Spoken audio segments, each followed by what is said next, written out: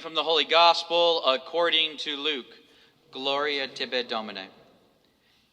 The apostle said to the Lord, "Increase our faith." The Lord replied, "If you have faith the size of a mustard seed, you would say to this mulberry tree, 'Be uprooted and planted in the sea,' and it would obey you. Who among you would say to your servant, who has just come in from plowing or tending sheep in the field, 'Come here immediately and take your place at table'? Would he not rather say to him, 'Prepare something for me to eat, put on your apron, and wait on me while I eat and drink? You may eat and drink when I am finished'? Is he grateful to that servant because he did what was commanded? So should it be with you. When you have done all you have been commanded, and say, 'We are unprofitable servants. We have done what we were obliged to do.'" The Gospel of the Lord. By the words of the Gospel, may our sins be wiped away.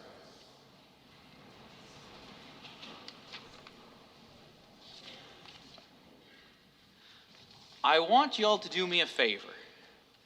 I need y'all to think of something in your life that you dread the most. Either it be something that you've done in the past that you don't want to have to experience again, someone that you may have lost or you have a fear of losing, or some sort of experience that you know that if you had to endure, you don't quite know if you could make it through. Everybody has something that we dread.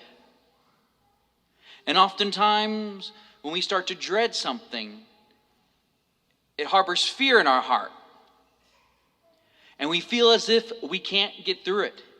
And if something so dreadful was going to happen in our life, either we commit a sin that we don't think we could ever be forgiven of, or we lose someone that we don't know what we would do if we lost.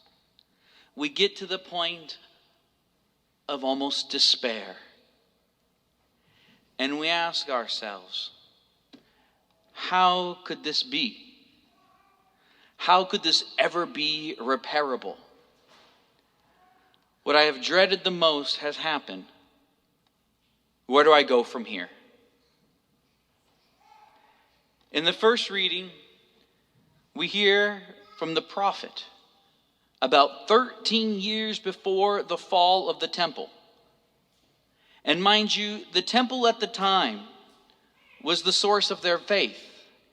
And what these people dreaded the most was people from the outside coming in and taking them over. Things were an absolute mess. And they looked around at the world and they saw society caving in. And they knew that it was only a matter of time before something bad, even worse, happened. And so they cry out to God, "Oh, how long, O Lord, I cry for help, but you do not listen. I cry out to you, violence, but you do not intervene. Why do you let me see ruin? Why are you letting me experience the damage of the thing that I dread the most?" They knew that the fall of the temple was going to come, or at least some sort of destruction was about to happen. And they feared it, because that was the source of their life. But there's more to it than this. What is our Lord's response? The Lord answered and said, "Write down this vision clearly upon the tablets, so that one can readily read it." Meaning, there is a story here. He is saying, write down all of your instances of persecution, of suffering, of despair and violence. And you will see something. Although it may not be clear in the here and now, you will see my handiwork. If you go back and relive certain experiences that are difficult and painful, and you see it through the prism of time, and if you do it well, guess what you will see? The handiwork of God. You maybe cry out, "Violence, O Lord, come intervene." And it may not feel as if he is present, but he is there. Because we need to realize that we need him to make us anew. We need him. We need to know that he was there all along. The opening collect for today's Mass is incredibly beautiful. It's probably my favorite of the entire year.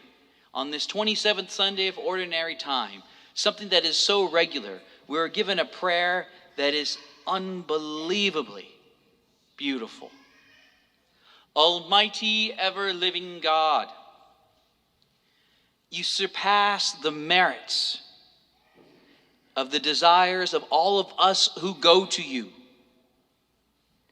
Pour out your mercy upon us to pardon what conscience dreads, and to give to us what our prayers do not even dare to ask. What we are saying is, Lord, look at what I dread the most, the sin that I fear the most of ever committing again, the sin that I fear having ever to confess. Lord, I know that you will forgive me as such. And then you will even go one step further. You will forgive the sin that I dread the most. And you will give to me the things that I shall not even dare ask for.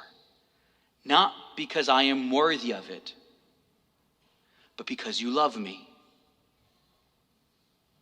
There is a story in our lives, and we can't be afraid of the story in our life. The different pitfalls and perils, the moments of despair and suffering. Write them down and look at them. They paint a picture, and they may only be seen through the prism of time. In the Psalm, the last verse was, "At Meribah and Massah, you challenged me and provoked me, although you have seen all of my works." If we were to go on to the next verse, it would say, "For 40 years I've endured that generation. You are a people whose hearts go astray, and you do not know my ways. So I swore in my anger, you shall not enter into my rest." It may take an entire generation. It may take 40 years. It may take an awful long time to see the handiwork of God, because what appears all around us is destruction and despair, and the things that we dread the most seem to be unfolding day after day. And it's very easy to ask the question, well, what's the point? What's the point of these things happening in our lives? What's the point of my story? It's very easy to be ignorant of it and to want to avoid it and just only focus on what's going to happen by day's end. But our Lord is asking us to write it down, to look at it, because there is a point. There is a point to why things are occurring. And we can't lose focus and just focus on the one thing that is lost and lose focus of the bigger picture. Because then what's the point? What's the point of God constantly trying to make a covenant with a people who reject him? What's the point in moving back to a place that may have been destroyed by some sort of natural disaster? What's the point of picking up the pieces after having gone through a great tragedy? What's the point of adopting an abused or an abandoned child? Because damaged things still have value. Instead of being pitiful or being annoyed or frustrated at all the imperfections we see in our lives and in the lives of others, we should be wondering, what is the story here? Everyone has a story. And what lessons can be learned behind the wounds and the battle scars that we see in ourselves and others? There is a story there. And there is a story behind every damaged soul. There is a story behind every sinner. And I beg of you, never be afraid of your story. Because remember, every story is a window. It is a window to understanding. And if we look out the window of our lives, we will see the unfolding of the greatest story ever, our own redemption.